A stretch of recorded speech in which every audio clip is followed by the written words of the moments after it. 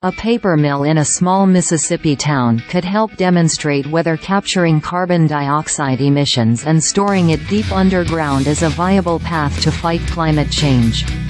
The proposed project at International Paper's mill in Vicksburg was chosen by the Department of Energy in February to receive up to $88 million in taxpayer funding.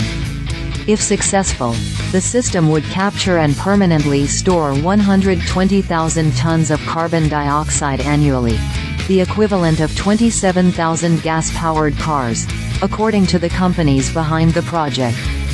Amazon, a partner in the project, sources containerboard from the mill for its boxes and packaging. SLB, the oilfield services giant formerly known as Schlumberger, is designing and engineering the carbon capture system in collaboration with RTI International, a nonprofit that developed the technology. The Vicksburg paper mill project is just one example of how $12 billion in funding from the 2021 Bipartisan Infrastructure Law is supporting the development of carbon capture technology across the United States, as part of the Biden administration's efforts to achieve net zero emissions by 2050. Carbon capture and storage technology today is expensive, logistically complex, and faces controversy over its role in the energy transition and safety concerns in communities where pipeline infrastructure would be expanded.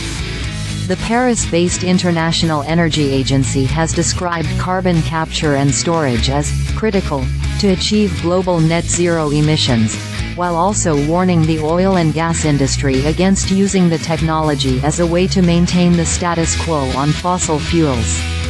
Some climate activists accuse the industry of simply investing in carbon capture as a way to extend the use of oil and gas.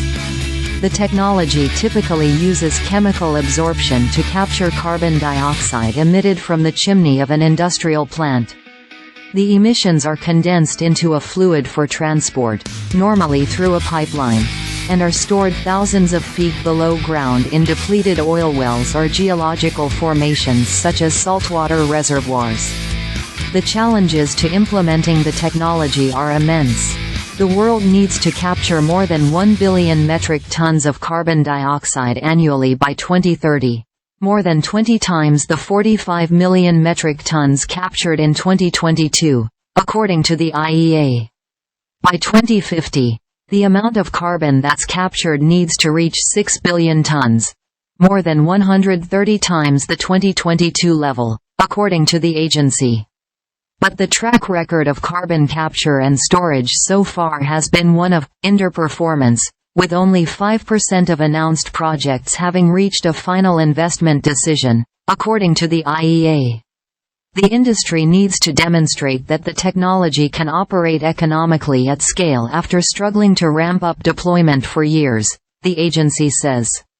The Vicksburg paper mill project is still in an early development stage.